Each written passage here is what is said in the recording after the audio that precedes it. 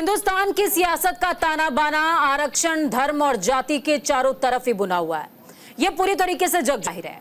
और अब नया बवाल बीते शनिवार संघ लोक सेवा आयोग यानी कि यूपीएससी की ओर से 45 पदों पर जारी लैटरल भर्ती है। नमस्कार, आप देख रहे हैं इंडिया का सवाल। मैं हूं आपके साथ पूजा मोहन पांडे। हालांकि 2019 में भी सरकार की ओर से पहली बार इन पदों पर सीधी भर्ती हो चुकी है, लेकिन इस बार मामला वही है पर माहौल अलग है। सुप्रीम कोर्ट ने कोटे में कोटे का फैसला अभी हाल ही में सुनाया, जिसके बाद आरक्षण की आग लगभग सभी सियासी दलों के सीने में धधक रही है। इसीलिए राहुल गांधी ने फेसबुक पर एक पोस्ट किया जिसमें उन्होंने कहा कि आईएएस का निजीकरण आरक्षण खत्म करने की मोदी की गारंटी है। कांग्रेस नेता राहुल गांधी अकेले नहीं है जिन्होंने इस मुद्दे पर रिएक्ट किया है। सपा सुप्रीमो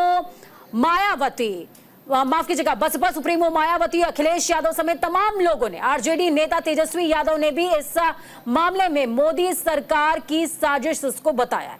इसको लेकर कांग्रेस के सुप्रीमो मल्लिकार्जुन खड़गे ने भी कहा कि देश के अंदर आरक्षण खत्म करने की कोशिश की जा रही है। उधर बीजेपी इस मामले पर सीधे तौर पर कुछ भी कहने से बच रही है, लेकिन सियासत पूरी तरीके से हाई है।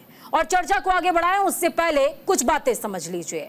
जारी किए गए 45 पदों में ज्वाइंट सेक्रेटरी के लिए 17 साल, डायरेक्टर पद के लिए 10 साल और डिप्टी सेक्रेटरी पद के लिए 7 साल का अनुभव मांगा गया है।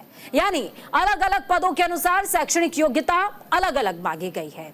और इस सरकारी नौकरी का जो अनुबंध होगा वो 3 साल का होगा। चर्चा को आगे बढ़ाएं उससे पहले आपको बता देती हूं मेहमान हमारे साथ में कौन कौन से हैं।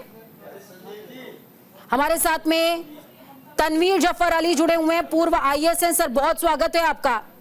इसके अलावा यश श्रीवास्तव कांग्रेस से हैं, प्रवक्ता हैं, हमारे साथ स्टूडियो में जुड़े हुए हैं। बहुत स्वागत है यश जी आपका। महेश वर्मा हमारे साथ में जुड़े हुए हैं, बीजेपी से हैं, बहुत स्वागत है। निपुण आलम बयान राजनीतिक विश्लेषक हैं, हमारे साथ में जुड़े हुए हैं। और साथ में पूजा मिश्रा प्रवक्ता हैं समाजवादी पार्टी से, हमारे साथ में जुड़ी हैं। बहुत स्वागत आप सभी का। पैनल को एक बार प्लीज स्क्रीन पे दिखाइएगा। और चर्चा को मैं बीजेपी या यूं समझिए कि कांग्रेस के साथ में शुरू करना ही मुनासिब होगा। तो शुरुआत में यश श्रीवास्तव आपके साथ में करना चाहूंगी। 2019 में जब भर्तियां सीधी की गई थी तब आपत्ति नहीं थी, इस बार आपत्ति क्यों ज्यादा है सर? नहीं, ऐसा नहीं है कि कभी भी हमने लेटरल एंट्री का विरोध ना किया हो। हमारा हमेशा से सवाल रहा है कि आप किसी भी तरह की चालू व्यवस्था को हमेशा खत्म क्यों करना चाहते हैं। और ना सिर्फ खत्म करना चाहते हैं, आप कोई बदलाव नहीं ढूंढते, आप ये चाहते हैं कि आपके ऊपर कोई भी नियम ना लगाया जाए, आप अपनी पूरी मर्जी चलाएं। और आम जनता यदि सवाल पूछे तो उसको आप नए नियमों में उलझा दें। अब ये जो लेटरल एंट्री है, इसमें आप प्राइवेट, मल्टीनेशनल या किसी भी तरह की प्राइवेट एंटिटी के अनुभवी व्यक्तियों को बुला रहे हैं। यदि आप ऐसा करते हैं तो क्या आप ये स्वीकार करने को तैयार हैं कि किसी भी तरह का अनुभव लेके, जैसे अभी माधवी बुच जी के संबंध में जो खबर आई है इतनी बड़ी, उनके पति का कोई अनुभव ही नहीं था ब्लैकस्टोन में और वो इन्वेस्टमेंट के लिए वहां पर आ जाते हैं REIT में, और उसके बाद माधवीपुरी जी कहती हैं कि REIT प्रोडक्ट है फ्यूचर का। और उसके बाद क्या होता है हम सब जानते हैं, सेबी, अडानी, हिंडनबर्ग, अभी मामला पुराना नहीं हुआ। अश्विनी वैष्णव जी सीमेंस में बड़े पोजीशन पे थे, उसके बाद यहाँ आते हैं, रेलवे मिनिस्टर बनते और उनको 26,000 करोड़ सीमेंस को कॉन्ट्रैक्ट दे देते हैं 1200 इंजन बनाने का अगले 35 वर्षों का। हमारे देश में CLW है, DLW है, DLMW है, EMF है, ये सारी फैक्ट्रियां हैं, BHEL है। इन सब को छोड़ के आप एक प्राइवेट कंपनी, वो भी विदेशी कंपनी, और 26,000 करोड़ का कॉन्ट्रैक्ट आप उन्हें दे देते हैं। और BHEL को आप, जिसका वैल्यूएशन 26-27 हजार करोड़ से कम का नहीं है, उसे आप 8,000 करोड़ में नीलाम करना चाहते हैं। और कुछ साल बाद जब ये लेटरल एंट्री के बड़े बड़े अधिकारी चले जाएंगे तो इनको पूछने के लिए कोई नहीं बचेगा, नए सिरे से जांच होगी, नया व्यक्ति आके बैठ जाएगा। ये एक तरह का डिस्पोजेबल करप्शन आपने चालू किया, ये हमारी आपत्ति है। ठीक है, निपुण आलम बयान जी हमारे साथ में जुड़े हुए हैं। निपुण जी, आप इस पूरे प्रकरण को किस तरीके से देखते हैं सर? लेटरल एंट्री की हम बात करते हैं, हालांकि इसमें एक RSS का भी एंगल जो है कांग्रेस की तरफ से उठाया गया है, उस पर जवाब अभी मैं लूंगी यश जी से, लेकिन आप बता दें इस पूरे मुद्दे को लेकर क्या सोचते हैं? देखिए, मेरा मानना समझिए कि लेटरल एंट्री कोई नई बात नहीं, लेकिन 40-50 साल से इसके प्रयोग हो रहे हैं लेटरल एंट्री के, और बहुत कामयाब भी प्रयोग हुए हैं। आप देखिए, मनमोहन सिंह जी कौन थे? मनमोहन सिंह जी तो आपका जब बने आप देखिए मनमोहन सिंह जी को जब बनाया गया कि आपको प्रोफेसर थे, अब प्रोफेसर के बाद उनको आपका उद्योग मंत्रालय के अंदर वाणिज्य उद्योग मंत्रालय का आर्थिक सलाहकार बनाया गया। ऐसे जब मनमोहन जी खुद पीएम थे तो मनमोहन जी के समय हम देखें तो जो रिजर्व बैंक के गवर्नर बनाए गए थे रघुराम राजन, वो भी इस प्रकार से बनाए गए थे। आप इंदिरा गांधी जी के दौर में देखें, यहाँ तक कि नेहरू जी के दौर में देखें तो बहुत सारे अधिकारियों को मैं नाम बता सकता हूँ, चाहे वो इंदिरा जी के दौर में हो, लाल बहादुर शास्त्री जी के दौर में हो या आपका मनमोहन जी के दौर में हो। हम इंदिरा गांधी के दौर की बात करें तो मनतोष मोदी जो थे वो जो उद्योग मंत्रालय उस पद पर बहाली उनकी की गई थी। ऐसे अशोक लेलैंड की बात करें जो बोकारो स्टील के अंदर काम करते थे, उनको भी हेड जो व्हीकल फैक्ट्री है उसकी स्थापना उनको हेड बनाया गया था। तो ऐसे बहुत सारे अधिकारी पहले से बनाए गए हैं। देखिए बात पूजा जी अब ये है कि वर्तमान में जो लेटरल एंट्री की जा रही है, पहले क्या होता था कि बहुत शोर शराबे से नहीं, बहुत शांतिपूर्ण तरीके से धीरे से हो जाती थी। सरकार कोशिश ये कर रही है कि उसको एक पूरी प्रणालीगत तरीके से और इसको ब्यूरोक्रेसी में रिफॉर्म की तरह देखा जाए, ना कि इसको ऐसे देखा जाए कि सरकार अपनी मर्जी से कर रही है, अपने तरीके से कर रही है। क्योंकि आप देखिए पहला प्रशासनिक सुधार आयोग बना था। लेकिन निपुण जी जो डर यश श्रीवास्तव कह रहे हैं कि अलग अलग जो कंपनियां हैं उनसे रिलेटेड जो तमाम अनुभवी लोग हैं, क्योंकि देखिए जब मैं अनुभव का जिक्र कर रही थी अभी मैंने बताया भी था कि मुख्य सचिव पद के लिए 17 साल की डिमांड है, उसके अलावा 7 साल 10 साल किसी के लिए, तो ये वर्किंग एक्सपीरियंस से ही आएगी सर। और क्या गारंटी है कि पर्टिकुलर बैनर के साथ में अटैच्ड लोग सरकार को बेनिफिट पहुंचाएं? क्या वो प्रशासन के अंदर रहते हुए, विभागों के अंदर रहते हुए अपनी कंपनीज के प्रति लॉयल नहीं होंगे जहां पर वो 17 साल काम करके आए सर? इस पर भी हमें सोचना पड़ेगा सर। देखिए पूजा जी, अगर हम इस तरह की बात सोचेंगे तो ये तो हम देखेंगे कोई व्यक्ति है और व्यक्ति विशेष किसी खेत से जुड़ा है, किसी समाज से जुड़ा है, कितना अपॉइंटमेंट यूपीएससी में होता है तो देखा जाता है कि वो अपने समाज, अपने क्षेत्र के प्रति इस प्रकार की वफादारी दिखाता है। ऐसे नहीं देखना है। देखिए उसको रोकने का तरीका है कि वो भ्रष्टाचार न करे, उसके लिए नियमों को सख्त किया जाए। लेकिन अगर किसी व्यक्ति ने 15-20 साल अगर प्राइवेट सेक्टर में काम किया है तो हम जानते हैं तो उसके बाद बहुत सारे अनुभव होंगे। और देखिए प्रशासन भी एक तरीके से प्रबंधन का ही हिस्सा होता है। जब हम लोग पब्लिक एडमिनिस्ट्रेशन पढ़ते हैं, पढ़ाते हैं तो वहां पर आप देखेंगे कि जो प्रशासन है इस होता मैनेजमेंट, ये मैनेजमेंट ही होता है। और आज हमारा जो मॉड्यूल है इकोनॉमी का जो मनमोहन जी लेकर आए थे वो है पीपीपी मॉडल, यानी कि पब्लिक प्राइवेट पार्टनरशिप। अभी हम वर्तमान में देखें कि जो हमारे प्राइवेट सेक्टर के जो कार्यकर्ता है या प्राइवेट सेक्टर में जो भी बड़े बड़े पदों पर कार्य कर रहे हैं तो उनको प्राइवेट सेक्टर का एक बहुत अच्छा अनुभव होता है। और जिस प्रकार से भारत की इकोनॉमी लगातार बढ़ रही है, आगे बढ़ रही है और पूरी दुनिया के साथ उसको इंटरेक्शन करना पड़ रहा है, तो उसको आवश्यकता है कि प्राइवेट सेक्टर के भी जो अधिकारी है उनको सरकारी में लाया जाए। लेकिन ये हमेशा के लिए नहीं लाया जा रहा है, 3-3 साल ही लाया जा रहा है। 3-4-5 साल वो अपना कॉन्ट्रीब्यूशन दे। और देखिए बात क्या होती है कि प्राइवेट सेक्टर में आपको कितना सैलरी मिलता है, कितना पैकेज मिलता है, कितना ज्यादा आपको बेनिफिट मिलेगा।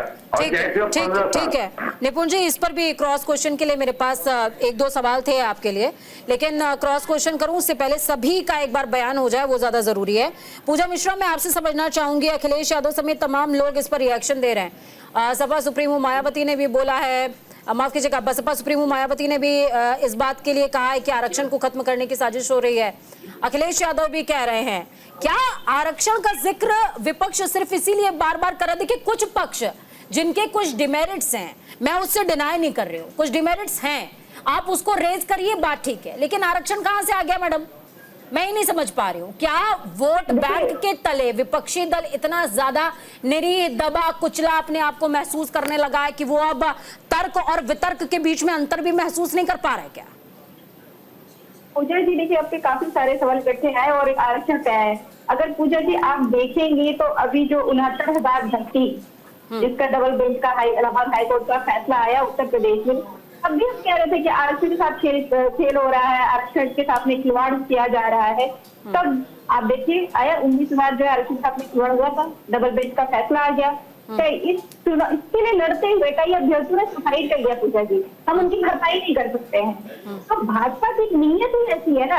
अगर पूजा जी देखिए कि जो एग्जाम क्वालिफाई करके जाते हैं यूपीएससी में उसमें रिजर्वेशन सिस्टम रहता है, ये ओपन होल, अगर आप चले जाएंगे लॉजिकल चले जाएंगे, लॉजिकल मुझे पता है कि एक मंत्रालय में एक निकाला हुआ है तो 4 निकलेंगी तो 30% के रोस्टर के हिसाब से चौथे पे जो रिजर्वेशन आना चाहिए। पर अगर यही जो एक नियम के तहत जाते, जो एग्जाम के तहत जाते हैं तो उसके अनुसार अगर जाते हैं पूजा जी तो रिजर्वेशन मिलता है उनको, पहली बात। और दूसरी बात ये है कि जो भी कह रहे थे कि सब कानून होने चाहिए, मैं सुन रही थी हमसे पहले जो भी बात कर रहे थे कि सब कानून, जो आप लेटर एंट्री कर क्यों रहे हैं, इसकी नीड कहाँ पड़ जा रही है, मुझे ये जस्टिफाई कर दिया जाए कि इसकी जरूरत कहाँ पड़ रही है, इसकी जरूरत ही नहीं है। जो लोग इंडिया से चलते चले आते एग्जाम करते आ रहे, मैंने अभ्यर्थियों से बात की तो उन्होंने बोला कि भाई सब लेटर एंट्री कर दें, इधर नहीं दे एग्जाम के लिए। कम से कम जो बच्चे जो स्ट्रेस फेस कर रहे हैं वो स्ट्रेस से तो मुक्ति मिल जाएगी, उनको पता रहेगा कि भाई सारी जगहों पे लेटरल एंट्री होनी है, हमें एग्जाम की तैयारी करने की जरूरत नहीं है, तो फिर ऑटोमेटिक कम से कम ये रिलैक्सेशन दे दिया जाए। तो पूजा जी लेटरल एंट्री की जहाँ बात आती है ना, हम ये जो पहले लेटरल एंट्री की बात की थी तब भी समाजवादी पार्टी ने इसका विरोध किया था, अगर आज हुई है तब भी समाजवादी पार्टी इसका विरोध करी, वो इसलिए कर रही है कि जो अभ्यर्थी है उनके साथ अन्याय हो रहा है। और जिनको कह रहे हैं कि आप 4 साल या 5 साल मैक्सिमम आप रहेंगे, तो आप वो बच्चे की वो नहीं चाहेंगे तो उनको 5 साल में उनको पर्सनली ज्यादा नहीं, मैं एक विषय पूजा जी आपसे मैं एक विषय समझना चाहूंगी। आप मुझे एक चीज समझाइए। देखिए मैं यहाँ पर पद बताती हूँ आपको कि पद कितने निकाले गए हैं। यहाँ पर 10 जो है संयुक्त पद है, संयुक्त सचिव का पद है, और इसके अलावा बाकी निदेशक और उप सचिव स्तर के पद है। अब आप मुझे ये बताइए कि क्या सिर्फ 45 पदों से ही देश चल जाता है? इन 45 पदों से ही देश चलेगा? तो पूजा जी आप तो केशव प्रसाद मौर्य जी से बात कर रही हैं, तो उन्होंने कहा कि हम चोरी तो किए थे, हमने ज्यादा चोरी नहीं की थी। तो अगर कहीं पे भी गलत हो रहा है, वो 0.1% पे गलत होगा, 0.1% पे गलत क्यों होने देंगे? हम लोग तो विरोध करेंगे। हम कह रहे हैं कि अगर 10 सीटें निकल के आ रही है तो 10 सीटें नहीं, देखिए देश के हित में पूजा मिश्रा जी एक विषय समझिए। हम इस समय जिस तरीके के हालातों से गुजर रहे हैं, आप जानती हैं देश किन हालातों से गुजर रहा है। कई बार ऐसा होता है कि अर्जेंसी में कुछ भर्तियां करनी पड़ती है। 2019 में ये भर्तियां की गई थी, अब 2024 में की जा रही हैं, और सिर्फ बार बार 35 से 45 पद ही क्यों हैं? इस पर भी हमें सोचना पड़ेगा ना कि कई बार जो है देश में ऐसी स्थितियां बनती हैं कि हमें अर्जेंट में रिक्वायरमेंट या हायरिंग्स करनी पड़ती हैं, वो चाहे फील्ड आपकी हो या हमारी फील्ड हो, किसी भी फील्ड में बनाई जाती है। आप बताइए बनती ही बनाई जाती है। अब इससे पहले कैसे चल रहा था कि नहीं अर्जेंट है, अभी जब भाजपा की सरकार आई है उनको लेटर एंट्री लेना आपको भी पता है। ठीक है, एक बार मैं महेश वर्मा जी से पूछ लेती हूँ कि इसके पहले कैसे चल रहा था।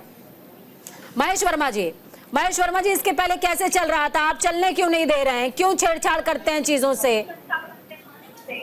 बताइए। आपके तमाम विपक्षी आरोप लगा रहे हैं एनडीए गवर्नमेंट के ऊपर, बहुत उद्दंडी हैं आप। महेश जी आप मुझे सुन पा रहे हैं सर? हाँ, आपकी आवाज मेरे तक आ रही है, मेरी आवाज बिल्कुल स्पष्ट आ रही है, मुखर आ रही है सर, बोलिए। देखिए पूजा जी, एक बड़ी प्रचलित कहावत है कि वो करे तो रासलीला और हम करे तो कैरेक्टर ढीला। कहावत नहीं है, गाने की लाइन है। चलिए ठीक है। तो सवाल ये है कि एक आईसीएस अफसर को नेहरू जी ने इस देश का चीफ जस्टिस बना दिया सुप्रीम कोर्ट का। उन्होंने एक अमेरिकन व्यक्ति को सेक्रेटरी रैंक पे नेहरू जी ने सलाहकार के तौर पे नियुक्त किया। लाल बहादुर शास्त्री जी ने अभी मैं यहाँ पर महेश जी, जिस दौरान आप देखिए सरकार के अंदर की बात कर रहे हैं, लेकिन यहाँ पर अगर मैं एक बात का जिक्र कर दूंगी तो जितने राजनीतिक दल बैठे हुए हैं ना, सब सोचेंगे अरे मैडम ने ये क्या बोल दिया। लेकिन सच है कि सभी इमरजेंसी हायरिंग करते हैं, पार्टी के अंदर हो, देश के बाहर हो, हर जगह हो रही है, हर जगह हो रही है।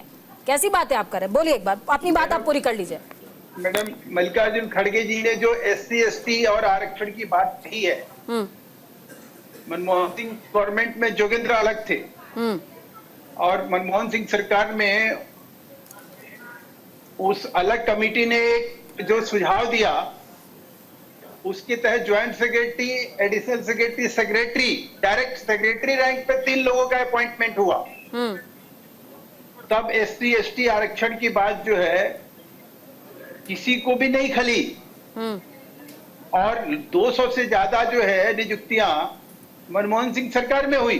मनमोहन सिंह सरकार पूरी जो है निचले स्तर पे जो अपॉइंटमेंट हो रहा था, जो क्लर्क हो या फिर और कॉन्ट्रेक्चुअल जॉब हो, वो सारी कॉन्ट्रेक्चुअल जॉब को जो है एक सुप्रीम कोर्ट में केस लंबित था और उसमें स्टे था, उसकी वजह से जो है केंद्र सरकार में कोई भर्ती ही नहीं हुई। 20 या 22 साल तक बैकलॉग जो है पड़ा रहा, और आज वही पार्टी जो है उंगली उठा रही है कि देखिए भाई किस प्रकार से जो है आरक्षण का और संविधान का जो है अपमान हो रहा है। अरे तो आपने जो किया था वो बहुत बड़ा पुण्य किया था। आपने जो किया था आरक्षण का अपमान, उसका क्या किया जाए? अगर ये आरक्षण का अपमान है तो अलग कमेटी के रिकमेंडेशन के बाद मनमोहन सिंह ने जो 200 अपॉइंटमेंट किया, उसके लिए किसके पास रोने जाए? वहां आरक्षण का वायलेशन नहीं हुआ क्या? तो इस देश को अगर मजाक आपको बनाना है और राजनीति आपको हर बात पे झूठ बोलना है और झूठ के सहारे राजनीति करना है तो वो अलग बात है, लेकिन आपकी झूठ का पोल जो है। लेकिन महेश जी, वही उन्होंने किया वही आप कर रहे हैं, तो अंतर क्या है? वही उन्होंने किया वही आप कर रहे हैं, तो अंतर क्या है फिर? मैडम 1954 में आप नेहरू जी से पूछना चाहिए ना। मैं 54 में थी नहीं ना सर, मैं 54 में थी नहीं, 24 में हूँ, तो मैं आपसे पूछूंगी सर। बोलने तो दीजिए। 54 में जो एक जो आयोग का जो रिपोर्ट आया, मेरे ख्याल में मेरे माँ बाप का भी अस्तित्व नहीं था। बोलिए सर। आपके माँ बाप का था या नहीं था, हम सब भारतीय हैं, भारत के बारे में जो जानकारी हमें प्राप्त है उसमें मैं भी नहीं था। हाँ। मेरा सिर्फ आपसे ये कहना है कि 1954 में एक आयोग बना, उसके बाद प्रशासनिक आयोग 1966 में बना, और उस सारे सुधार में एक सुधार ये भी था कि लेटरल एंट्री होगी, और सरकार ने इसको एक्सेप्ट किया और ये संसद में पास हुआ। आज जब उसके तहत काम आप कर रहे हैं वो पुण्य है और हम कर रहे हैं तो पाप है। ये क्या मतलब बनता है इस देश में इस तरह से झूठ बोल के? ठीक है। और ये आपके दर्शकों को बताना चाहिए ये सारी चीजें, ताकि ये जो झूठ बोलने का अवसर मिलता है यहाँ पे, जो ये लोग आके झूठ बोल के यहाँ से भाग जाते हैं, इनको दर्शक इनके चेहरे को पहचान ले कि ये झूठ बोलने वाले कौन लोग हैं और किस प्रकार से झूठ बोलते हैं ये। और ये जो सपा प्रमुख हैं या कांग्रेस के अध्यक्ष मल्लिकार्जुन खड़गे हैं, क्या इस देश से माफी मांगेंगे कि इस तरह की चीजों को कंसील करके अपने बयान को देने का मतलब क्या है? ये बहुत इंपॉर्टेंट है पूजा जी। ठीक है, हमारे साथ में तनवीर जफर अली जी जुड़े हुए हैं, पूर्व IAS हैं। सर बहुत स्वागत है, आप थोड़ा लेट जुड़े हमारे साथ में, हालांकि स्वागत मैंने आपका पहले ही कर लिया था। सवाल मेरा ये है सर, जिस तरीके से ये लैटरल भर्ती है, क्या पहले इस तरीके की भर्तियां नहीं हुई हैं क्या? जिस तरीके से लगातार विपक्ष हो हल्ला मचा रहा है, और अगर ये भर्तियां हो रही हैं तो ये कितना मौजूदा सिस्टम को हार्म करता है या फिर हार्म नहीं करता है? प्लीज एक्सप्लेन एक बार जी। मौजूदा सिस्टम को ये हार्म करता है क्योंकि ये जो नियुक्तियों का तरीका है ये गलत जो ये किया जाता है। क्योंकि इसमें सबसे बड़ी बात तो रिजर्वेशन को आप उसको नहीं देख रहे हैं। अब जो मैं पॉलिटिकल पार्टीज का देख रहा हूँ कि वो कह रहे हैं बीजेपी वाले की, ये कांग्रेस वालों ने करी थी तो वो पुण्य था, हम कर रहे हैं तो पाप है। ये कुछ नहीं है, उन्होंने पाप किया तो आप थोड़ी पाप करेंगे। ये that is no justification, number 1। Number 2, आप उसमें एक पद भी अगर निकलेगा, हालांकि एक पद में रिजर्वेशन होता नहीं, तब भी रिजर्वेशन तो आपको उस पर देना ही पड़ेगा, आप उससे नहीं पीछे जा सकते। नंबर 3, देखिए एक IAS का एक सिस्टम एक ये होता है सर्विस का। जब बहुत पहले कोठारी आयोग ने इसके बारे में कुछ दी थी अपनी सिफारिशें कि इसका एज ग्रुप 21 से 26 साल रखा।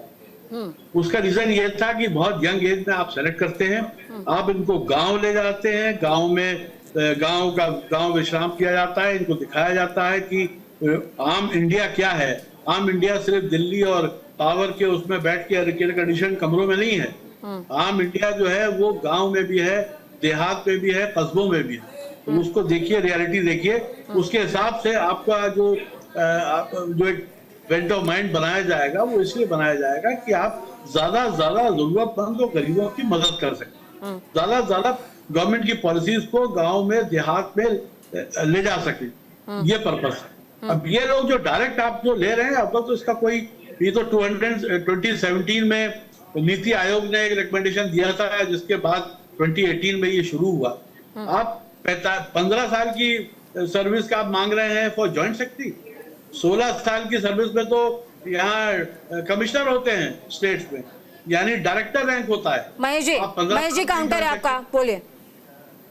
देखिए ये जो 2017 में लेटरल एंट्री का जो पहला अपॉइंटमेंट हुआ, उसके बाद कोर्ट कचहरी भी हुई, मामला सुप्रीम कोर्ट तक गया।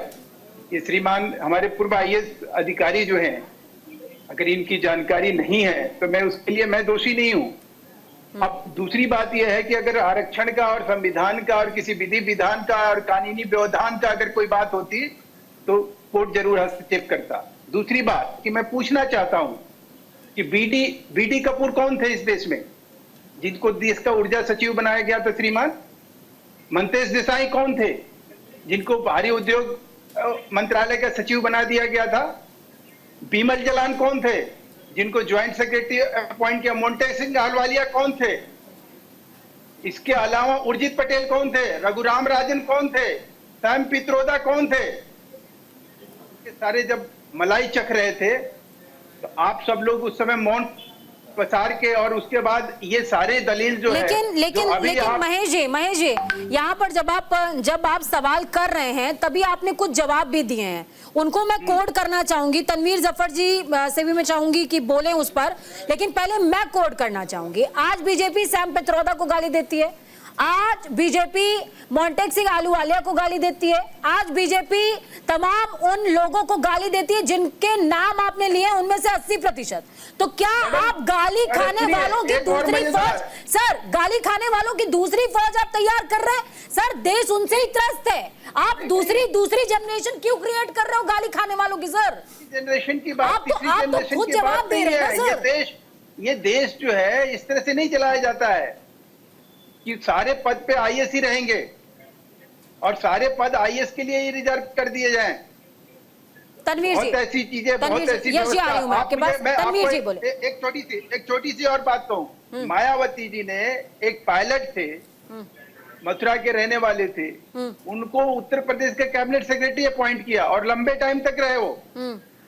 और तब किसी को भी ये नहीं सोचा कि भाई हम कोर्ट कचहरी जाएं और ऐसी चीजों को लेकर, ऐसे अपॉइंटमेंट को लेकर सवाल खड़ा करें। तो आप जो है बहुत सेलेक्टिव तरीके से और बायस होकर अगर कोई बात करेंगे, आप विधि विधान और संविधान के तहत बात नहीं करेंगे। सर मैं बायस मैं आपकी बात नहीं कर रहा हूँ पूजा जी, आप चीजों को समझने के करिए। आप यहाँ बायस किस लिए होंगी? आप एक एंकर है न्यूज चैनल में, आपका सवाल जो है उसका जवाब मैं दे रहा हूँ कि आज का जो मुद्दा है उसमें स्पष्ट है कि कोई विधि विधान संविधान की अवहेलना हुई हो। आरक्षण को लेकर इसके ऊपर कोई ऐसी बात ही नहीं है। फिर आप किस चीज पे सवाल खड़ा कर रहे हैं? जो चीज सवाल खड़ा नहीं किया जा सकता उस पे सवाल खड़ा करने का क्या मतलब है? कोर्ट कचहरी ऑलरेडी उस पर 20 सेकंड सर आपका काउंटर, उसके बाद ब्रेक पे जाऊंगी। तनवीर जी, ऐसा है पूजा जी, ये महेश जी जो है ये पार्टी के प्रवक्ता हैं, इनका काम है एक एक फैक्ट को जानना, एक एक मुकदमों की जानकारी रखना। मेरा ये काम नहीं है, मैं एक रिटायर्ड ऑफिसर नंबर 1। तो जो आप इतने मुकदमे ये सब बता रहे हैं, मुझे हर एक की जानकारी नहीं है, ना ये मेरा काम है। लेकिन मैंने आपको जो टेक्निकल पॉइंट्स बताए हैं, मैं खाली वही लेके चल रहा हूँ कि ये 7-8 लाख कैंडिडेट बैठते हैं पूरे इंडिया में सिविल सर्विसेज के लिए, और उसमें से सिलेक्ट किए जाते हैं 1000।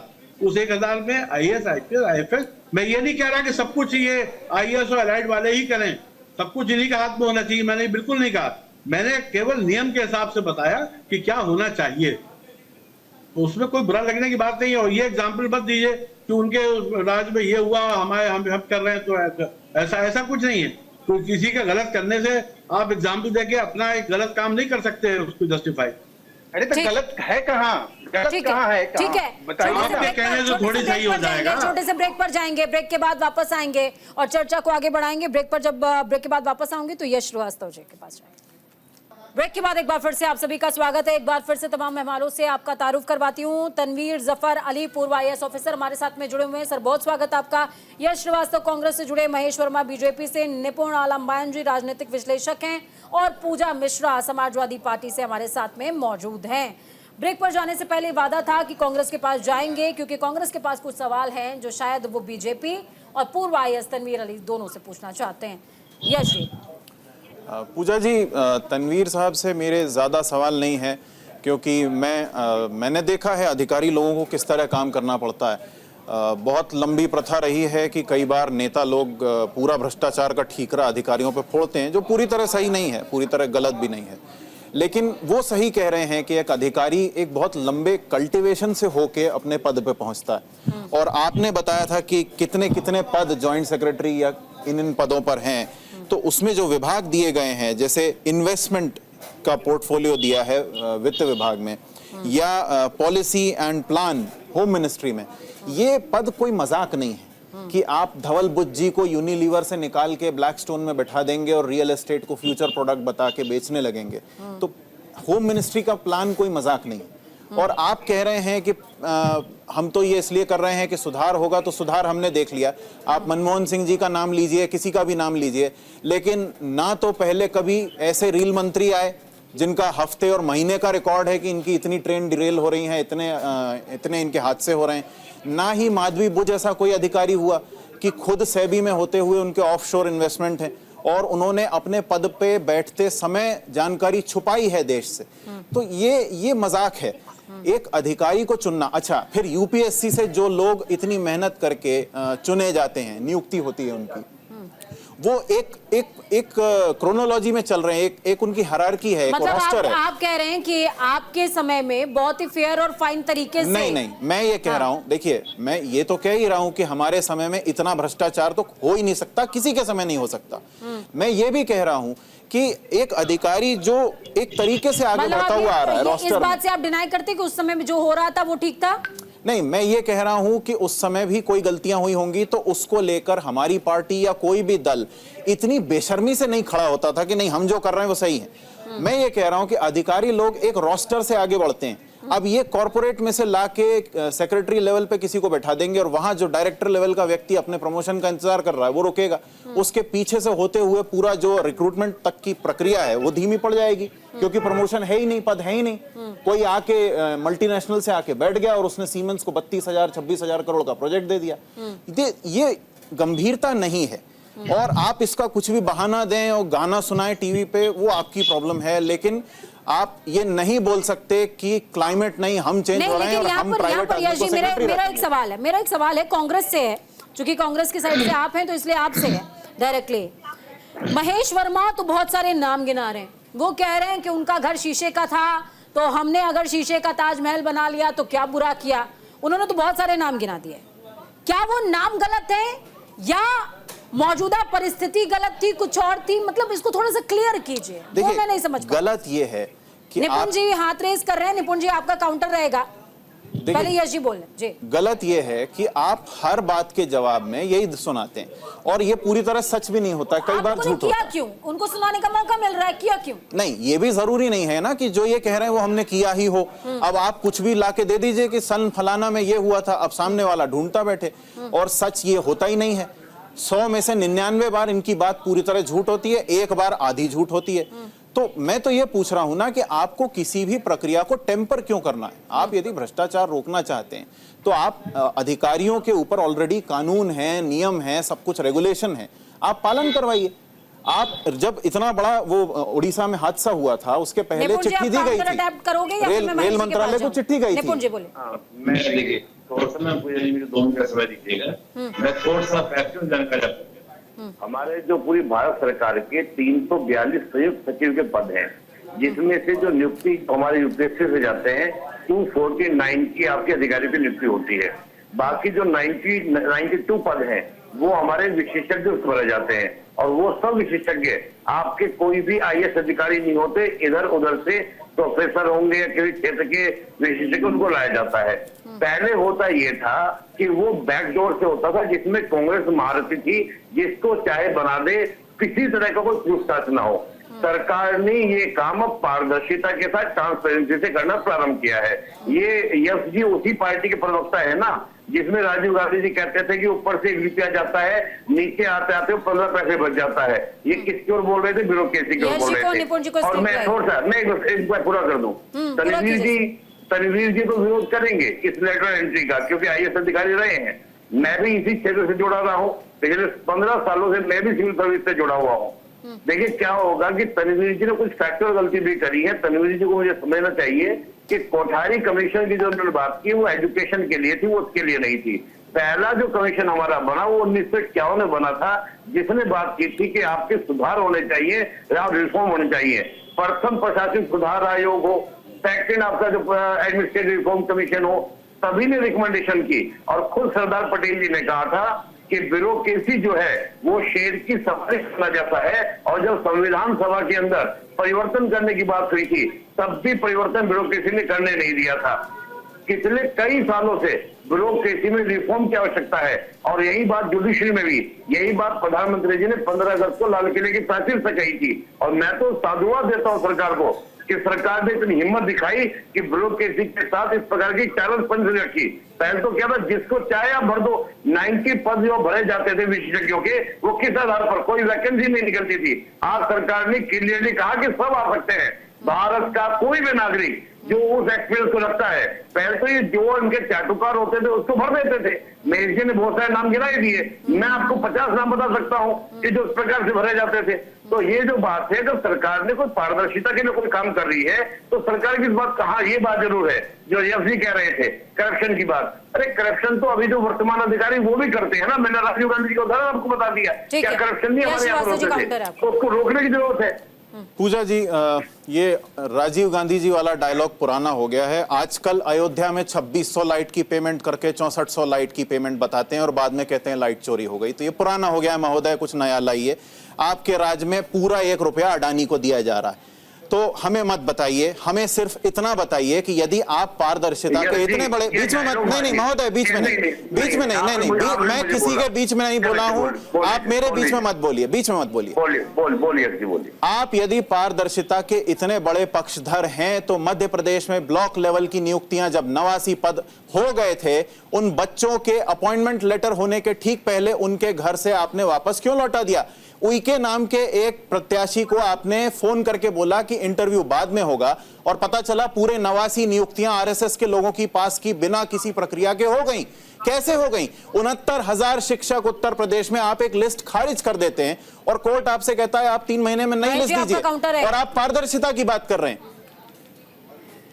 देखिए, एक चीज पूजा जी मैं आपको बताना चाहूंगा। देखिए निपुण जी, यहाँ पर सरकार का जिक्र हो रहा है तो महेश जी जवाब दें, मेरे ख्याल से ज्यादा सही रहेगा। महेश जी बोले। नहीं, मैं ये कहना हूं कि यश श्रीवास्तव जी ने जो बात कही उसी चीज को मैं आगे बढ़ाना चाहूंगा। जो उन्होंने कहा कि भाई ऐसे लोगों को हम लोग लेके आते हैं फिर वो भ्रष्टाचार करके भाग जाते हैं, तो मित्र ये बात आपकी सही है। 2017 से हमने अपॉइंटमेंट शुरू किया, उसमें इस तरह का कोई सबूत, इस तरह का कोई चीज नहीं मिलता है। लेकिन हाँ, ये जरूर है कि जब हिंदुस्तान लीवर के चेयरमैन प्रकाश टंडन को स्टेट ट्रेडिंग कॉर्पोरेशन का चेयरमैन बनाया गया तो गोल्डन सी कांड हुआ था, गोल्डन सी घोटाला हुआ था। सैम पित्रोदा का जब सी डॉट का सीईओ बनाया गया था तो सी गेट कांड हुआ था और घोटाला हुआ था, और उस घोटाले में सब लोग सजा याफ्ता हैं। ये भी नहीं है कि वो भ्रष्टाचार जो है मिटाया जा सकता है, कहा जा सकता है कि कोर्ट कचहरी में वो कुछ नहीं हुआ।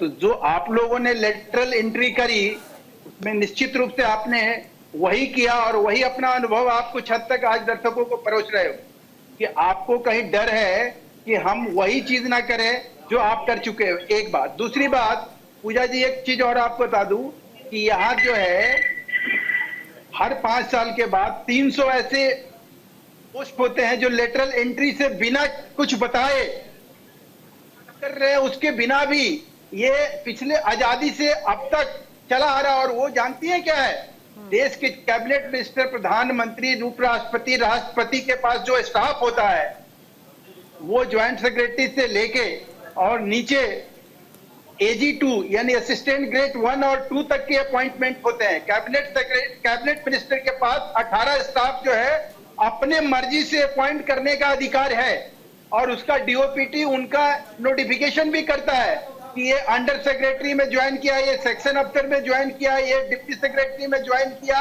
और ये असिस्टेंट ग्रेड में ज्वाइन किया। तो लानत है इस बात पे कि आप ये सब कुछ जानते हुए भी, ये सारी चीजें आपकी जानकारी में होने के बावजूद भी आप देश को बदनाम कर रहे हैं, आप मोदी सरकार को बदनाम कर रहे हैं। 300 से ज्यादा लोग इस देश में ऐसे हैं पद पे जिनको 300 इंटू 18 लगा लीजिए, 540 पोस्ट जो है हर 5 साल के बाद जो है ये लेटरल एंट्री से होता है। और इसकी पता जो है मल्लिकार्जुन खड़गे और सपा प्रमुख को नहीं है क्या? और वहां आरक्षण लागू नहीं होता है क्या? क्या मजाक है? आप देश को इस तरह से गुमराह करके राजनीति करने चले। यश श्रीवास्तव, उसके बाद पूजा मिश्रा। जी पूजा जी, हमें आज एक नई जानकारी मिली है कि 300 गुणा 18 540 होता है। धन्यवाद महेश जी। लेकिन मैं ये बताना चाहता हूं सबको, ये जितने भी लोग आज देख रहे हैं इस बात को सुनेंगे, कि ये जो बात हम सुन रहे हैं ये हमें तब तक नहीं सुनाई देती थी जब तक आरएसएस बीजेपी सत्ता में नहीं थे। ये इंतजार कर रहे थे कि जब हम सत्ता में आएंगे तब ये पूरा बोलेंगे। जब ये सब हो रहा था तब ये नहीं बोल रहे थे, तब ये आराम से बैठे तमाशा देख रहे थे। क्या हम इस बात पर विश्वास करें या फिर हम ये सुने कि हम विरोध नहीं कर रहे हैं? बीच में नहीं महेश वर्मा जी, बीच में नहीं, बीच में नहीं, बीच में नहीं, बीच में नहीं, बीच में विरोध नहीं किया। हम वही तो कह रहे हैं, तब आपने कुछ नहीं किया और आप आज भी कुछ नहीं कर रहे हैं। लेकिन आप पुराने किस्से निकालते हैं। मैं पूछ रहा हूं कि माधवी बुच जी ने इतना बड़ा यदि देश के साथ छल किया है, उन्होंने जानकारी छुपाई है, उनके पति बिना अनुभव के किसी इन्वेस्टमेंट फर्म में चला रहे हैं काम, और वो आके कहती हैं कि पूरा देश आके उसमें पैसा लगाए। आप उस पर जवाब देने की बजाय पुरानी बातें कर रहे हैं, तो ये आपकी इच्छा है। 16 चेयरमैन सेवी के जो नहीं, आप 18 गुना 300 कीजिए महेश जी, आप 18 गुना 300 कीजिए, बाकी छोड़ दीजिए। मल्टीप्लाई करिए आप। हमें नहीं करना है, आप कीजिए, हम पढ़े लिखे हैं, चाहने दीजिए आप। देखिए पूजा जी, मैं सिर्फ इतना कहना चाहता हूँ कि आप लेटरल एंट्री को एक बहाना नहीं बना सकते। एक आपको उदाहरण दे रहा था। आप पूरे देश के बच्चों को ये कह रहे हैं कि भैया तुम यूपीएससी दो, तुम पढ़ाई करो, लेकिन जब तुम प्रमोशन की स्थिति में पहुंचोगे तब एक कॉर्पोरेट आदमी आके बैठ जाएगा। पूजा मिश्रा जी के पास में जाऊंगी। पूजा मिश्रा जी, कुछ सवाल जो है यहाँ पर महेश वर्मा ने रेज किए हैं, जो समाजवादी पार्टी के लिए भी हैं, उनका जवाब दीजिए प्लीज। देखिए पूजा जी, जो है बार बार जो भाजपा के प्रवक्ता है वो कह रहे हैं कि पहली बार 1966 में क्या वर्डिक्ट आए, 1954 में क्या है। आपको भी पता है कि जो है समाजवादी पार्टी के जो संस्थापक रहे हैं, पहले तो हमारा कांग्रेस पार्टी का फॉर्मेशन ही जो है 1992 में हुआ था, और 1977 में जो है श्रद्धेय नेताजी पॉलिटिक्स में पूरी तरीके से आए हुए थे और उनको राज्य बनाया गया था। मैं बहुत किसी मेरा मानना होता है कि वर्तमान की बात आप। अच्छा पूजा जी, मेरा एक सिंपल सा सवाल है आपसे, क्या स्टेट लेवल मिनिस्टर या रक्षा मंत्री थे मुलायम सिंह यादव और के दीक्षित एक सवाल पूछ लेंगे, एक सवाल पूछ लेंगे। शहादत के बाद में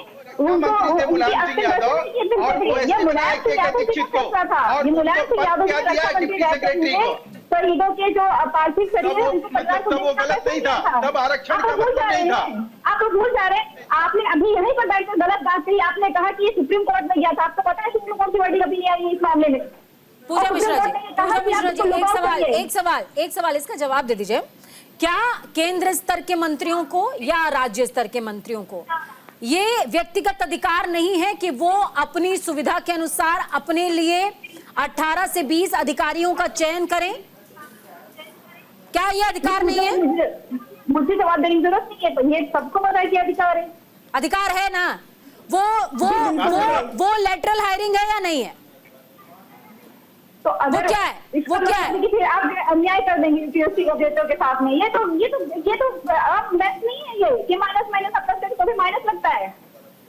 ठीक है, महेश वर्मा जी, आप ये एक्सक्यूज दे करके सर यूपीएससी के साथ ऐसा नहीं कर सकते हैं, ये कहना है पूजा जी का। उन्होंने बोला कि फ्रॉड हो सकता है, आप इसे लुक आउट करिए। पहली बात तो मैं आपको बताऊं कि पूजा जी जो बात कह रही है ना, वो महज राजनीतिक कारणों से कह रही है। उनका कोई लेना देना नहीं है कि ये जो है एक अलग कमेटी का, एक अलग आयोग का रिपोर्ट अगर पढ़ी होती, मनमोहन सिंह सरकार ने जो एक्सेप्ट किया, उसके बाद पार्लियामेंट में लाया गया, उसके बाद लेटरल एंट्री शुरू हुई। लेटरल एंट्री का सबसे पहला जो व्यक्ति थे वो उर्जित पटेल थे, उसके बाद अपना रघुरामन थे, उसके बाद तमाम लोग आए। ये सारे लोग जो आते चले गए लेटरल के नाम पर। पार्टी को आरक्षण के बारे में जरूर ये बात कहनी चाहिए थी। और जो आपने पूजा जी अभी एक्सेप्ट किया कि हाँ अधिकार होते हैं मंत्रियों के, तो ये सामूहिक रूप से ये सिर्फ भारतीय जनता पार्टी की जिम्मेवारी नहीं है कि इस चीज के लिए जो है शोर मचाए। ये आप आइए ना पार्लियामेंट में, रखिए ना इस बात को, कहिए ना कि देश के जितने भी मंत्री हैं जो 18 से 20 स्टाफ रखते हैं उसमें भी रिजर्वेशन लागू होना चाहिए। हम तो उसके समर्थन में हैं। हम तो कह रहे हैं कि ऐसे लोगों के लिए ऐसा किया जाए। आप लेकिन ये निश्चित रहिए, आप रन निश्चित रहिए, करके आपको मार के किसी पे भाग भी जाने का जो ये कहानी आप लोग करते हैं राजनीतिक कारण से, आप जिस तरीके से लोगों का आपने कोई 69 लेना हजार देना में जो नहीं है। रिजर्वेशन आप कभी कहते हैं कि मुसलमानों का हम आरक्षण देंगे, मुसलमान के नाम पर आरक्षण आप इस देश में दे नहीं सकते। तनवीर जफर अली जी, तनवीर जफर अली आप जी, संविधान, आप जब तक आप संविधान में संशोधन ना करते, ठीक है, ठीक है, ठीक है। महेश जी, एक बार मैं तनवीर जी के पास जाना चाहती हूँ, तनवीर जी के पास जाना चाहती हूँ। तनवीर जी, ये जो पूरा वाकया हुआ आपने सुना, पर्टिकुलर मंत्री को यह अधिकार है कि वो कुछ मिनिस्टर्स जो हैं वो अपने पर्टिकुलर स्टाफ को हायर कर सकते हैं। इसके अलावा ये एक पर्टिकुलर प्रक्रिया जिसके लिए अभी विज्ञापन निकला है, ये दोनों कितनी डिफरेंट है, ये दोनों कितनी डिफरेंट है? प्लीज इसको इलाबरेट कीजिएगा ताकि दर्शक समझ पाए, वो गुमराह ना। जी, मैं बता दूं, मैं केंद्रीय मंत्री के साथ भी ओएसडी रहा हूं बहुत कम टाइम को, और मैं जहां तक मुझे मालूम है वहां सेंट्रल गवर्नमेंट का मंत्री का वो अपना स्टाफ नॉन गस्टेड स्टाफ को रख सकते हैं, सिर्फ नॉन गस्टेड। गस्टेड जो होगा वो सब बाहर से आएगा, जैसे पीएस है वो बाहर के होंगे, परमानेंट सर्विस वाले, एपीएस वो रख सकते हैं, आप ओएसडी वो रख सकते हैं, पीए वो रख सकते हैं, बाकी स्टाफ अपना वो कर सकते हैं। तो आप उनका कोई कंपैरिजन लेटर एंट्री इससे मत करिए। ठीक है, महेश वर्मा जी काउंटर, सीनियर लेवल की बात है। महेश वर्मा जी काउंटर बोलिए। ये आईएएस रह के एडिशनल पीएस मैडम जो होता है वो अंडर सेक्रेटरी रैंक होता है, गस्टेड रैंक होता है। असिस्टेंट पीएस जो होता है वो सेक्शन अफसर का होता है, वो भी गस्टेड पोस्ट होता है। जो फर्स्ट पीए होता है वो एजी 1 का पोस्ट होता है, जो सेकंड पीए होता है ठीक है, वो तनवीर जी को और महेश जी को स्क्रीन प्लाइएगा, स्क्रीन प्लाइए, स्क्रीन प्लाइए। मतलब बनता है मंत्री एडिशनल सेक्रेटरी रख सकता है आपके यहाँ से, इसका कोई नहीं, मंत्री एडिशनल सेक्रेटरी रख सकता है, ये किसने कहा आपसे? गस्टेड पोस्ट नहीं है, सेक्शन अफसर गस्टेड पोस्ट नहीं है, सिर्फ आईएएस गस्टेड पोस्ट है। आप एडिशनल सेक्रेटरी की बात कर रहे हैं ना भाई जी, कौन सा मंत्री रख सकता है एडिशनल सेक्रेटरी को ये बताइए। मैं बात कर रहा हूँ, मैं एडिशनल सेक्रेटरी की बात, मैं एडिशनल प्राइवेट सेक्रेटरी की बात कर रहा हूँ, मैं एडिशनल पीएस की बात करिए, आप एडिशनल सेक्रेटरी बोल रहे थे, एडिशनल पीएस में कोई बात नहीं बोला, प्राइवेट सेक्रेटरी बोला, असिस्टेंट प्राइवेट सेक्रेटरी सेक्शन अफसर होता है, additional private secretary under secretary होता है, और ठीक है, जो पीएस होता है वो डिप्टी सेक्रेटरी होता है या डायरेक्टर होता है। बोलिए गलत कह रहा हूं तो बताइए। पीएस उनके हाथ में रखना नहीं, पोस्ट रख नहीं सकते पीएस को, पीएस ऑन डेपुटेशन ही आता है, परमानेंट गस्टेड ऑफिसर होता है, टर्मिनस पोस्ट होता है। आपका पोस्टिंग जो है डेपुटेशन पे होता है, एज ए आईएएस अफसर आप वहाँ डेपुटेशन पे जाते हैं, जिस दिन मंत्री हटा आप उस पद से हट जाते हैं, आप अपने कैडर में चले जाते हैं, यही होता है ना। उसको लेटरल एंट्री से कोई कंपैरिजन नहीं है उसका, वो बहुत जूनियर पोस्टिंग है। दो तरीके हैं, एक ऑप्ट होता है, एक कॉप्ट होता है। जॉब में आने का ऑप्ट और कॉप्ट तरीका गवर्नमेंट ऑफ इंडिया इस्तेमाल करती है। ऑप्ट का मतलब है कि आपको लिया, कॉप्ट का मतलब है कि आपने जो है परीक्षा दिया, इंटरव्यू दिया, उसके तहत आपका अपॉइंटमेंट हुआ। आप जो है इस तरह से दर्शकों को भ्रमित करेंगे तो क्या मिलेगा तनवीर जी? आप एक आईएएस अफसर है, इस देश के एक जिम्मेवार व्यक्ति है। ये पॉलिटिकल बातें आप मुझसे ना करें कि दर्शकों को भ्रमित करेंगे। मैं कोई पैसा लेके इसमें नहीं आता हूँ। आप लोग तो पैसा लेके आते हैं, इसमें आपको पैसा मिलता है हर शो का। सर थोड़ा सा भाषा को माइंड कीजिए। Sir Tanvir ji please, Tanvir ji please. आप जैसे हम लोग घोटाला नहीं करते हैं। तनवीर जी प्लीज। यश श्रीवास्तव जी के पास में जाऊंगी, ऑडियो को डाउन कीजिएगा, यश श्रीवास्तव जी के पास में जाऊंगी। पूजा जी देखिए, जो तनवीर जी कह रहे हैं, डेप्यूटेशन और लेटरल एंट्री में बहुत फर्क होता है, और बीजेपी वालों को डेप्यूटेशन और लेटरल एंट्री एक लगती है, सिर्फ इतनी सी बात है। लेकिन हम बार बार इनसे ये पूछते हैं कि आप यदि किसी प्रक्रिया को डिस्टॉर्ट करते हैं तो उसके नतीजे हमेशा खराब ही क्यों निकलते हैं? अरे महेश जी, आप पहले 300 गुणा 18 कीजिए, बीच में मत बोलिए प्लीज। तो हम जब किसी अधिकारी को डेप्यूटेशन पे देते हैं तो वो टेम्परेरी होता है, लेकिन आप लेटरल एंट्री के नाम से उसको 3 साल 5 साल, और यदि आपने फिर किसी नई प्रोफाइल में दे दिया तो हम क्या कर लेंगे? कोई भी क्या सवाल पूछेगा? और जो मैंने शुरू में कहा था, सीमेंस से आके अश्विनी जी ने इतना बड़ा कॉन्ट्रैक्ट सीमेंस को दे दिया, हमारी कंपनियां धरी रह गईं, और आप कह रहे हैं कि इसमें भ्रष्टाचार नहीं है, पारदर्शिता है। बताओ ना, 69,000 लीवर के चेयरमैन बने। मुझे आपको कुछ नहीं बताना है महेश जी, आप 18x300 कीजिए पहले। 18x300 के बाद जो है आपको नहीं आता है, जाने दीजिए ना, तो बीच में मत आइए। क्यों भटक के बात कर रहे हैं? नहीं, आपसे तो बात ही नहीं कर रहे हैं। लेकिन देखिए, रिक्रूटमेंट एक ऐसी चीज है, हम बार बार ये बात करेंगे, बार बार वही सवाल होंगे। ठीक है, आप सिर्फ इतना है कि आप प्रक्रिया को लोगों के हित में खराब नहीं कर सकते। ऑडियो को डाउन कीजिएगा। निपुण जी के पास में जाऊंगी क्योंकि 2 से 3 मिनट का समय बचा हुआ है। निपुण जी, आप प्लीज इसमें नॉन बायस जो करके बहुत तसल्ली से जवाब दीजिएगा कि क्या मौजूदा समय में इस पर्टिकुलर भर्ती के लिए आरक्षण का जिक्र बार हर दफा इसलिए हो रहा है क्योंकि कुछ राज्यों के अंदर चुनाव हैं और अभी रिसेंटली सुप्रीम कोर्ट से कुछ फैसला कोटे को लेकर के आया है? क्या यही सिर्फ रीजन है या कुछ और भी है जो हम नहीं समझ पा रहे? नहीं, देखिए पूजा जी, अगर हम लेटर एंट्री की बात करते हैं और आरक्षण की बात करते हैं तो देखिए मुद्दा बन सकता है, लेकिन देखिए आरक्षण को आप जानती हैं, मैं भी जानता हूं, सब जानते हैं कि आरक्षण का राजनीतिकरण होता है और उसको राजनीति के लिए यूज किया जाता है वर्तमान हालात को देखकर। और मैं एक सिंपल सी बात लास्ट में कहूंगा कि जब आपका प्रथम प्रशासनिक सुधार आयोग बना, द्वितीय प्रशासनिक सुधार आयोग बना, दोनों ने अपनी रिकमेंडेशन की और मैंने भी आपको बताया कि हमारे यहाँ 342 संयुक्त सचिव के पद होते हैं, जिसमें पहले से आपसे होते रहे हैं। जितने वो पदों का विशेषज्ञ लाए गए, क्या वो आरक्षण को देखकर लाए गए? कांग्रेस के कार्यकाल में नहीं लाए गए। तो जब आरक्षण को देखकर वो 90 जो पद संयुक्त सचिव पर लाए जाते हैं, पहले से जो होता आ रहा है, तो जब आरक्षण देखकर तो आज आरक्षण की बात क्यों की जा रही है? इसलिए की जा रही है कि 2024 के जो चुनाव परिणाम आए उसमें जो उन्होंने आरक्षण के मुद्दा उठाया, आरक्षण की बात इसलिए हो रही है कि आपने 69,000 शिक्षकों को यूं ही निरस्त कर दिया है। नहीं, आपने 69,000 शिक्षकों की सूची रद्द कर दी है, उसका जवाब दीजिए। आपने 69,000 शिक्षकों की सूची रद्द क्यों की है? नहीं, आपको सही जानकारी नहीं, आपको सिर्फ सारी जानकारी सिर्फ RSS बीजेपी को है, बाकी किसी को नहीं है। वो जो 69,000 लोग अपना नियुक्ति रद्द करके बैठे हैं वो फालतू बैठे हैं। निपुण जी थोड़ा सा महेश वर्मा जी, मैं कह रहा हूँ ये व्यक्ति जो है ना, जो ये कांग्रेस के प्रवक्ता बन के पहले महेश वर्मा, सोच समझ के बात करिए। ये व्यक्ति वो व्यक्ति मैं भी कर सकता हूँ, सोच समझ के बात कीजिए। क्या मैंने ऐसे बोल दिया? क्या बोल दिया? बोले तो आपने बोल दिया था। आप जब बोलते हैं गलत ही बोलते हैं। आप आज 318 कीजिए, उसके बाद बात करेंगे महेश वर्मा जी। 18 आप किसी अपने घर में जाके वो आपने बता दिया है, इसीलिए हम आपसे पूछ रहे हैं, नहीं तो नहीं पूछते। हमारे को मत बताना। आपको बताइए नहीं सर, कुछ लॉजिकल बात हो जाने दीजिए। यश जी देखिए, इन लॉजिकल पे मत जाइए सर, लॉजिकल होने दीजिए ताकि इस चर्चा से कुछ तो निकल आए। देखिए, मैं ये कह रहा हूँ कि 69,000 टीचरों के बारे में जो उनकी अज्ञानता है और जो आपके दर्शकों को गुमराह करना चाह रहे हैं, उसमें इलाहाबाद उच्च न्यायालय ने स्पष्ट रूप से ये कहा कि जो प्रक्रिया अपनाई गई और उस प्रक्रिया में सरकार को अभी स्पष्टीकरण देना है और उस स्पष्टीकरण के बाद ही उसका रिजल्ट सामने आएगा। सरकार किसकी है? सही नहीं हुआ। सरकार किसकी है? कोई आरक्षण उत्तर प्रदेश में सरकार किसकी है? ठीक है। पूजा मिश्रा और यश श्रीवास्तव, एक सवाल है सर, आप दोनों से एक सवाल है, आप दोनों से एक सवाल है। विपक्ष जो है, पूजा मिश्रा पहले आप प्लीज इसका जवाब दीजिएगा क्योंकि आप नहीं बोली हैं।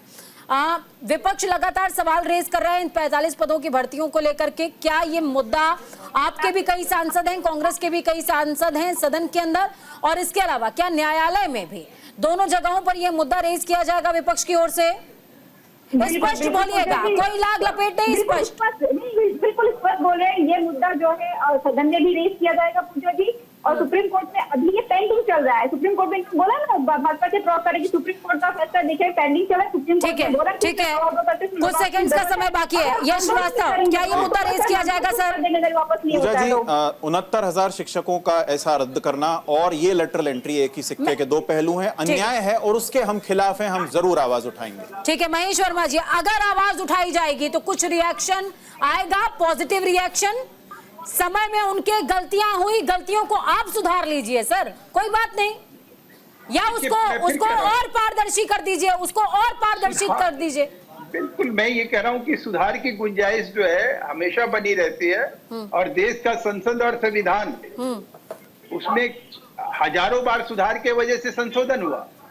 अगर इस तरह से सारे मिलकर कुछ करना चाहें तो स्वागत है। हम कब कह रहे हैं कि भाई हम इस चीज के लिए मना कर रहे हैं? ठीक है, बहुत शुक्रिया, बहुत शुक्रिया कर रहे हैं और ये पुण्य। बहुत शुक्रिया आप सभी का हमारे साथ जुड़ने के लिए, चर्चा को खास और अहम बनाने के लिए। तो चर्चा हुई, चर्चा से तर्क सहित कुछ अमृत निकला है मंथन के बाद, वो ये कि कुछ चीजों को पारदर्शी किया गया है और अगर आवाज रेज होती है तो चीजों को और पारदर्शी करने का प्रयास किया जाएगा। लेकिन हाँ, मौजूदा समय में दो पहलू हैं इस भर्ती के, वो आपको ध्यान में रखने हैं। क्या? पहला, हाँ आरक्षण हार्म हो रहा है, लेकिन आपको यह भी विचार करना होगा कि क्या स्वतंत्रता के बाद से जिनकी भी सरकारें केंद्र में रही हैं, राज्य में रही हैं, क्या उन्होंने कभी लैटरल भर्ती नहीं की, यानी कि सीधी भर्ती नहीं की? अगर की गई है तो उनका विरोध क्यों नहीं, और अगर नहीं की गई तो अब क्यों की जा रही है? और अब की जा रही है तो क्वेश्चन रेज होना चाहिए, पारदर्शी तरीके से चीजों को होना चाहिए और उसमें आरक्षण और तमाम संविधान की प्रक्रियाओं का ध्यान रखा जाना चाहिए। वक्त छोटे से ब्रेक का, ब्रेक के उस पार खबरों का सफर लगातार जारी, बने रहिए न्यूज इंडिया के साथ, क्योंकि हम हैं राष्ट्र की आवाज।